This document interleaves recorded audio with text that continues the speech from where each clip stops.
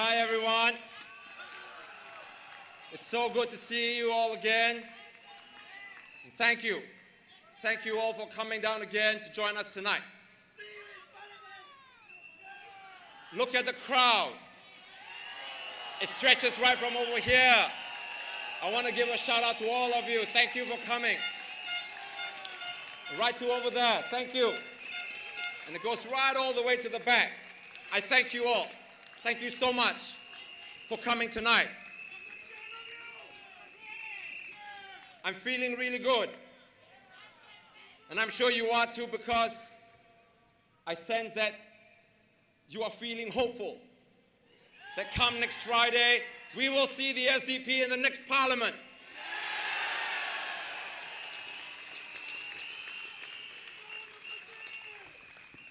Because that's when real change starts. Change that will make things that little bit more secure and more hopeful for all of you. You know, after the first rally that we had in Choa Chu Kang Stadium, after that, we went to a coffee shop to get a drink.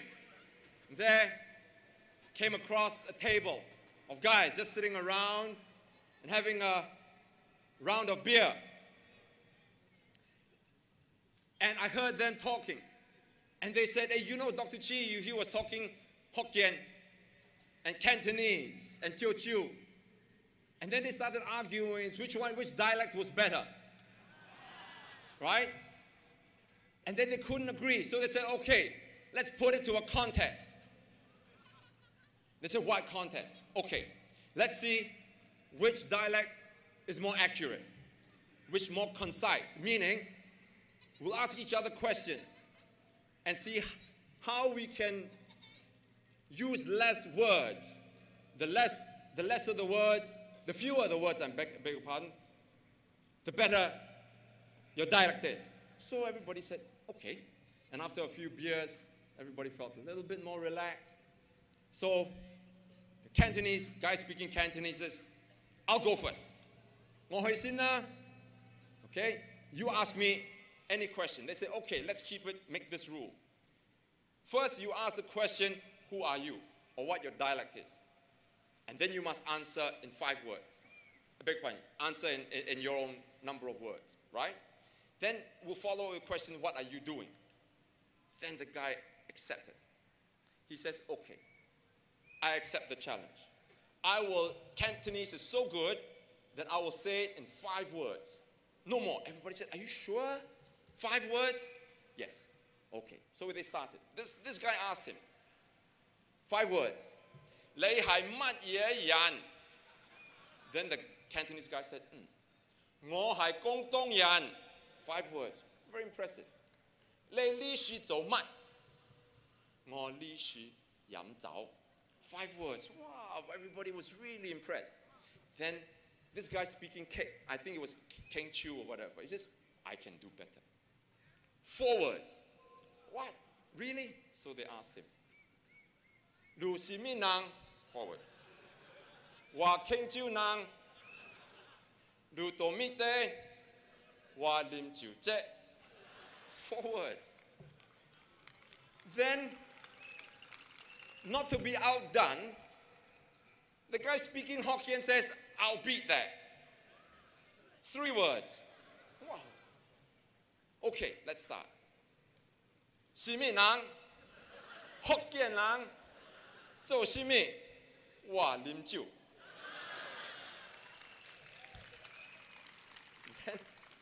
Then the Teochew guy comes along now. 3 words? Not good. I give you 2. Wow. Di jiang si wa zhou mi lim jiu. No, that's not the end. That wasn't the end. And the guy was speaking English. Very quiet on the corner. And he's a bit tipsy by now. English beat everybody. See, really? 1 word. Okay, good. The guy says, who? He says, me. What? Drink.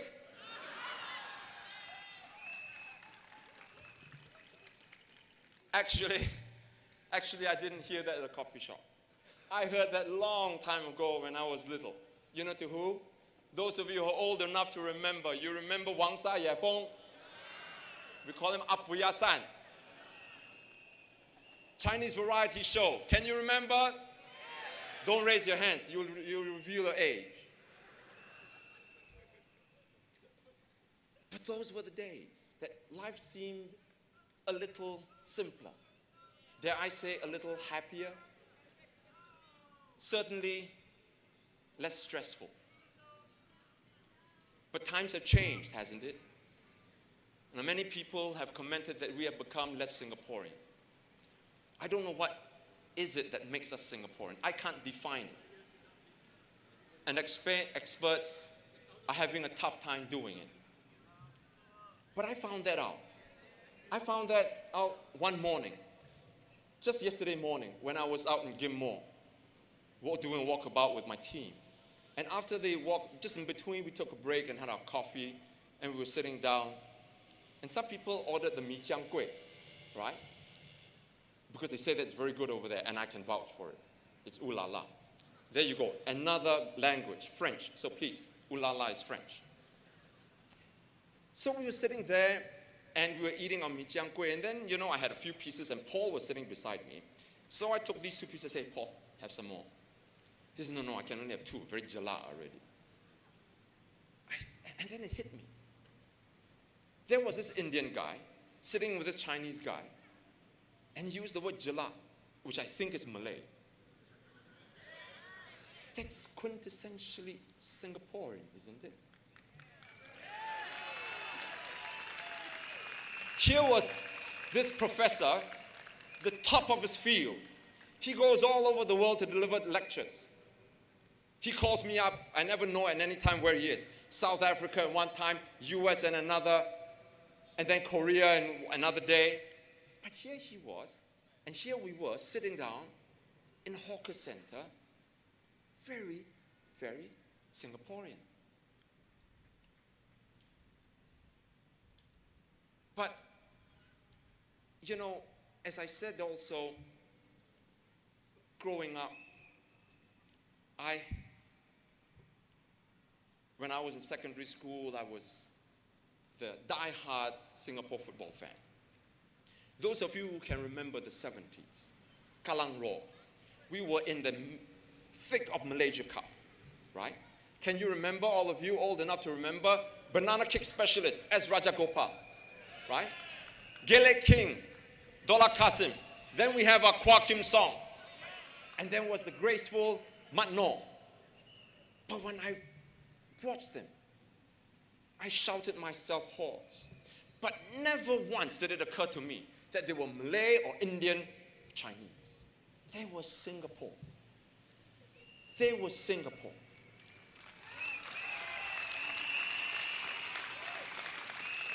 But looking back,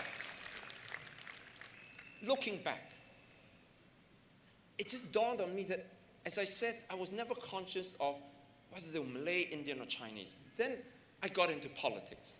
The first thing I heard was that the Malay needed a certificate to prove that they were Malay. The Indians needed a certificate to prove they were Indians. Do you know how offensive that is? Paul needs to show that he is Indian. Not only that, after he shows that he is Indian, the next election, he has to collect another certificate to show that he is Indian some more.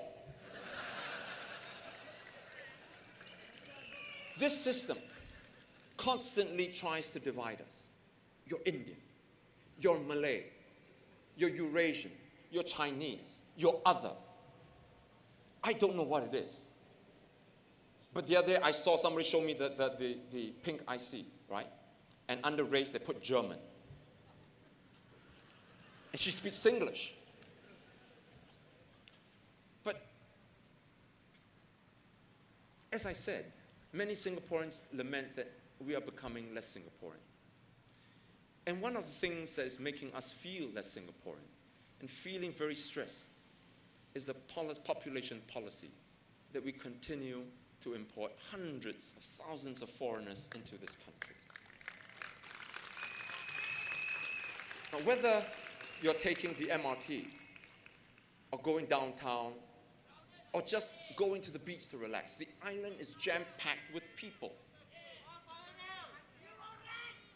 Already, with 5.3 million people, of which 40% are not Singaporeans. Singapore is already the third most densely populated country in the world.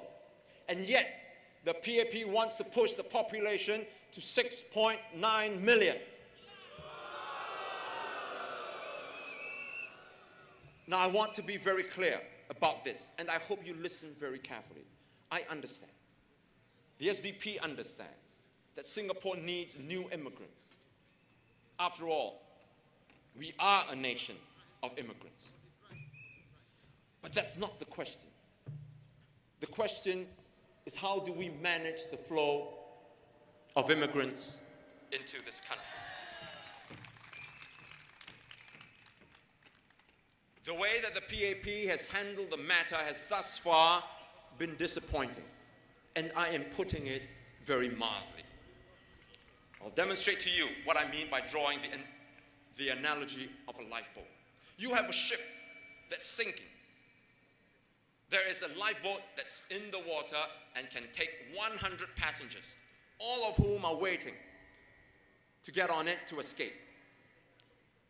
If we have everybody jumping into the lifeboat all at once, 1, 2, 3, everybody jump, what do you think will happen? The boat will sink under the impact. But we do it in an orderly manner. Children first, then women, then men. The boat will be able to safely take everyone in. The same is with our immigration policy. Can you remember in 2014 that Mr. Lee Hsien Loong likened Singapore to being a sampan? If Singapore is like a sampan, imagine what will happen when everybody jumps into the sampan all at the same time.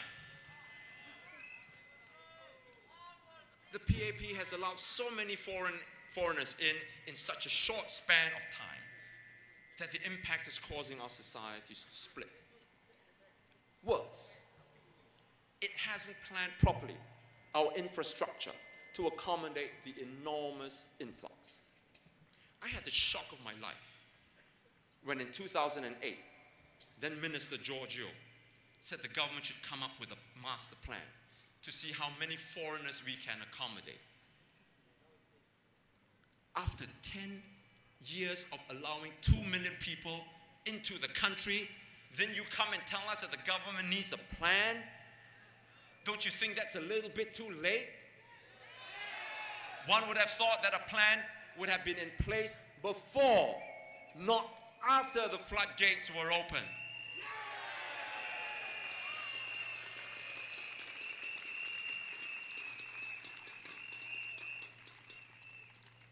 But because the PAP did not have a plan to accommodate so many people, we found our foreign workers congregating in public places. There is Little Philippines in Lucky Plaza, Little Myanmar in Peninsula Plaza, Little Vietnam in Joo Chiat, Little Thailand in Golden Mile Complex, and of course Little India in Serangoon Road. And because of the lack of a plan to help these foreigners assimilate into our society, the congregation of these huge numbers of foreigners led to trouble. The riot in Little India is a case in point. The riot caused more than $500,000 of property damage. Several emergency vehicles were wrecked and scores of police officers were injured. The lack of planning by the government was so bad that even the police were not trained to equip to handle the unrest. The commission of inquiry that was convened to investigate the incident found that there were insufficient number of officers available. The officers were not properly equipped. Radio airwaves jammed at the crucial moment. The commanding officer did not have any idea how many men he had at his disposal.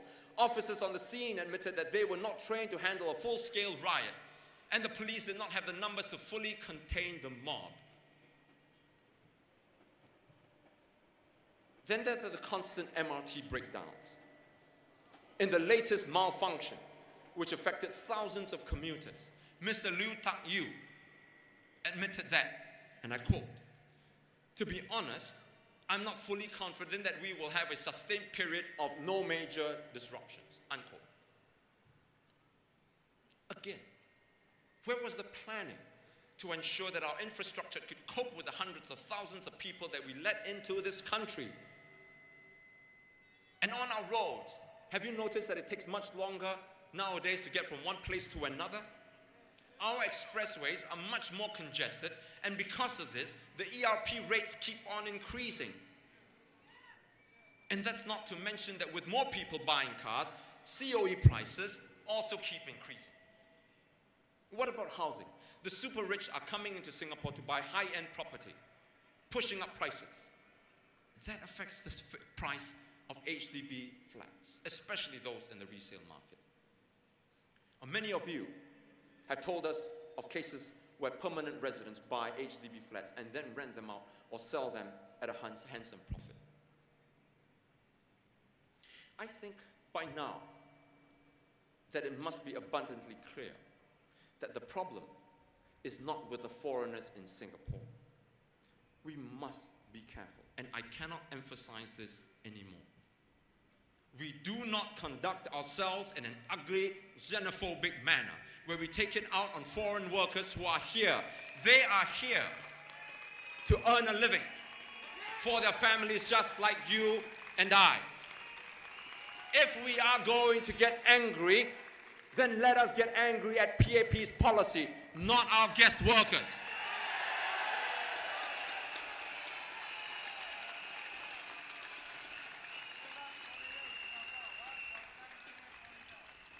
And because of the PAP's over-liberal immigration policy, stress levels of Singaporeans are at an all-time high, and our quality of life has deteriorated. Listen to these statistics, which I'm about to tell you, and you can check out all this online. Singaporeans are more likely to have suffered from depression, stress, and fatigue than most of our Asian counterparts. Psychiatrists in Singapore reveal that up to 90% of their patients are suffering from mental health issues, stress caused by stress from work. Singaporeans work the most number of hours compared to other comparable economies, and with falling real incomes. Singaporean workers are the least happy in Asia. We rank 70th position out of 194 societies in the Quality of Life Index, and 90th position out of 151 countries in the Happy Planet Index. The elderly are pressured to continue working after retirement. The number of elderly Singaporean men working is at a record high.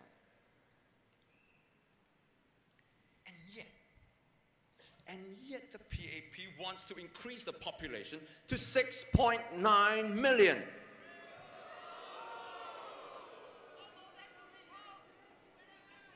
The government is already signing agreements that will force Singapore to let in even more foreign workers. Listen very carefully. The ASEAN Economic Community Agreement, or AEC, for example, would form a single market among ASEAN nations that will allow the unrestricted flow of labor across the region. According to a survey, 80% of workers in the region said they would like to work in Singapore under the AEC. Do you know how many hundreds of millions there are of people there are in ASEAN? Now, the agreement is expected to be in place by the end of this year. The influx of foreigners is not only affecting our quality of life, it is also increasing our cost of living. I mentioned on Thursday at Choa Chu Kang that Singapore is the most expensive city in the world. Another survey by this international group called Mercer found that Singapore has the 4th highest cost of living in the world. This is because the government is attracting millionaires and billionaires to Singapore, and this is pushing prices of everything through the roof. The government is also importing huge numbers of PMETs from our poorer neighbors, and these workers compete with you for your jobs, depressing your wages. most expensive city in the world, lower wages. You don't need to be an Einstein to see why Singaporeans are suffering and what the cause of the problem is. The younger generation of Singaporeans also cannot afford HDB flats because they're getting too expensive. They have to compete with foreign students for places in our universities. And when they graduate, they have difficulty in finding a job. As a result, many of our younger Singaporeans choose to emigrate. A few years ago, Lee Kuan Yew pointed out that about 1,000 Singaporeans are leaving Singapore for other countries every year. And these people make up the top 4 or 5% of skilled Singaporeans that our economy needs. This is no small number given the size of our country. But the more people we let in, the greater the competition for jobs. The greater the competition for jobs, the lower wages become. The lower wages become, the more stressful life in Singapore gets. The more stressful life Singapore gets, the more Singaporeans choose to leave. And the more Singaporeans leave, the more foreigners the PAP brings in. And on goes the downward spiral. The only way that Singaporeans can prevent such a crazy, scary future scenario is to send a clear signal to the PAP in this election that you disapprove of such a policy. And the only way that you can send such a signal is to voice your unhappiness at this policy, is to vote for the SDP and send us into Parliament. Because without the SDP in Parliament, you will have continue to have no voice. And this problem will only worsen.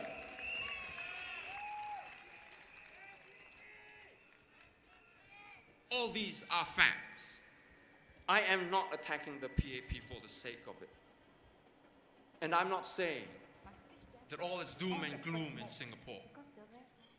I take pains to cite you these problems which, by the way, some PAP ministers and MPs themselves have admitted, so that there is no question in our minds that these are serious problems and these are serious questions to be asked.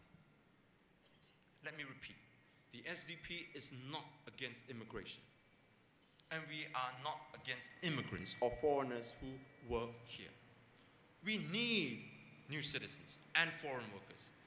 I met a few business owners just this morning, and they told me that it was hard getting Singaporeans to apply for frontline jobs in the F&B and retail sectors.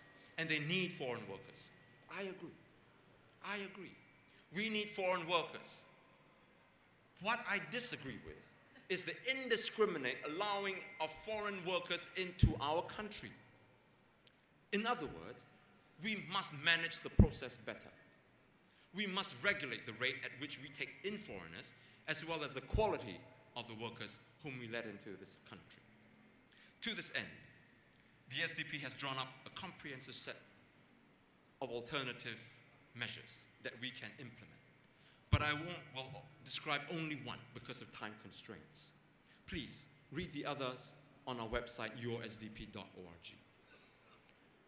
We want the government to adopt a Singaporeans first policy, where foreign workers, especially the PMETs, wishing to work in Singapore, will be assessed via a point system based on a number of factors. Factors such as age, qualifications, skill sets, competencies, experience, number of dependents, etc., to determine if they meet the economic and population needs of Singapore. If they meet the cutoff, then they go into a pool of potential employees, and Singaporean employers will be able to hire from this pool. This is not hard to do.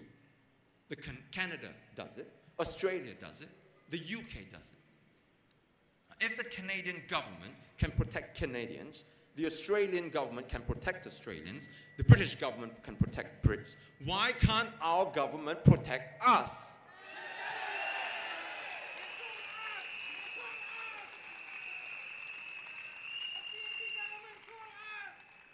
The net effect of SDP Singaporeans' first policy is that we will be able to considerably reduce the current number of foreign workers in Singapore while, and I want to make this absolutely clear for our SMEs, allowing our businesses access to foreign talent that they need.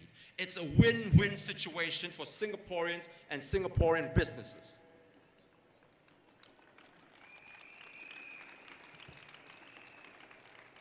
Now, as I stated earlier, we must focus on the policy and not on foreigners in this country. By the same token, let us focus on policies in this election, not on personal attacks. Now, it may come as a shock to you if I say this, so you better hold on to your seats or hold on to whatever you're close to you. Because what I'm about to say may register significantly on the Richter scale. I said this before, and I will say it again. The PAP is not all bad. Some of the MPs genuinely work and care for the people. But by the same token, neither is the opposition the useless, destructive force that the PAP paints us out to be.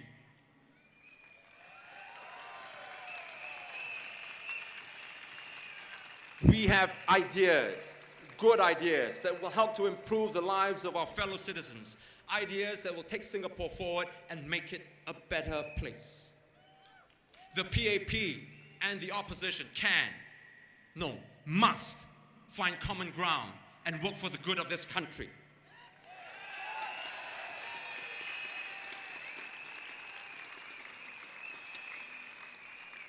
To this end, the SDP makes this pledge to all our voters here tonight. We will cooperate and support the ruling party on issues that benefit the people and that are good for our country.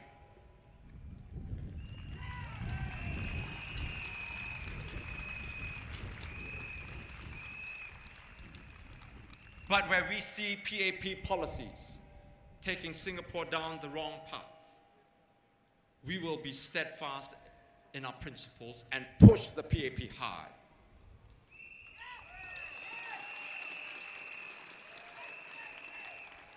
But we will not stop there. We will provide credible, workable alternatives to take Singapore forward. You may or may not agree with everything that we propose. No one agrees on everything all of the time. That would be like Nazi Germany. But even if you don't agree with us, you know that the SDP will always do it with sincerity, with honesty, and with Singapore's best interest at heart.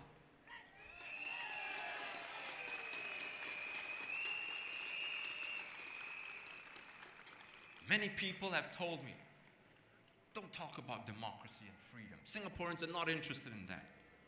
They're only interested in bread and butter issues. I know that. I know that. Speaking popular words and doing popular deeds is what will get parties into parliament.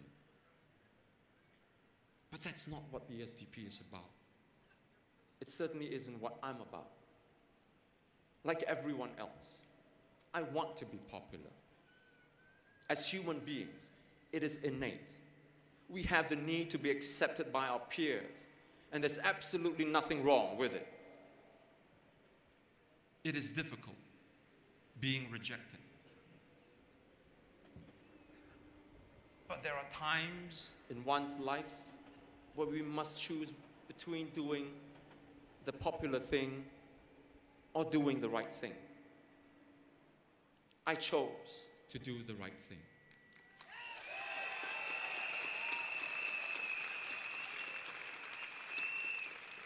I chose to tell you the importance of standing up and protecting your rights, even though it was not the popular thing at that time.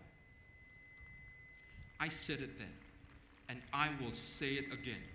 Without democracy, without our political rights, we cannot make the PAP act in our interest.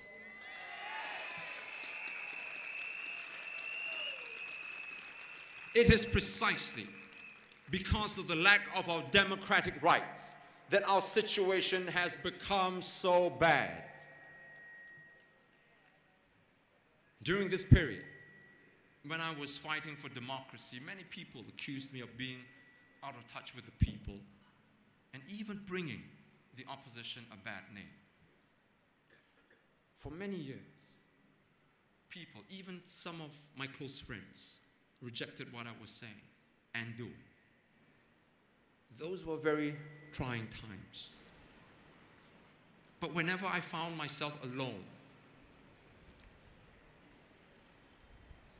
and racked with doubt and questions,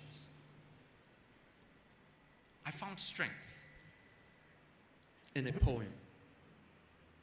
I want to share it with you tonight, if I may. The title of the poem is If, by Rudyard Kipling. Some of you may have heard of it. It goes something like this. If you can keep your head when all about you are losing theirs and blaming it on you, if you can trust yourself when all men doubt you and make allowance for their doubting too, if you can wait and not be tired by waiting or being lied about but don't deal in lies, or being hated, don't give way to hating. If you can dream and not make dreams your master, or watch the things you gave your life to broken and stoop and build them up with worn-out tools, and so hold on when there is nothing in you except the will which says to them, hold on.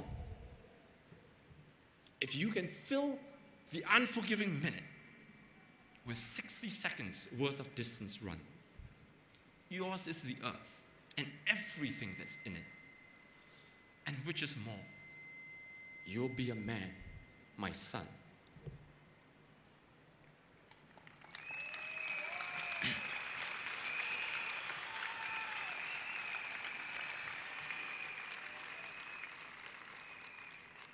I searched deep.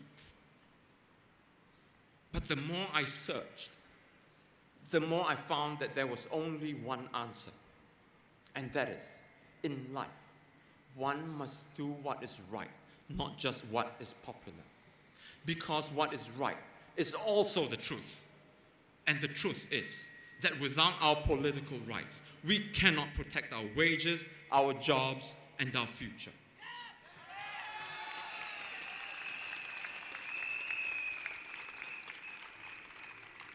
My fellow Singaporeans, I would rather be honest and not get into Parliament than to lie to you and be in Parliament for all the wrong reasons.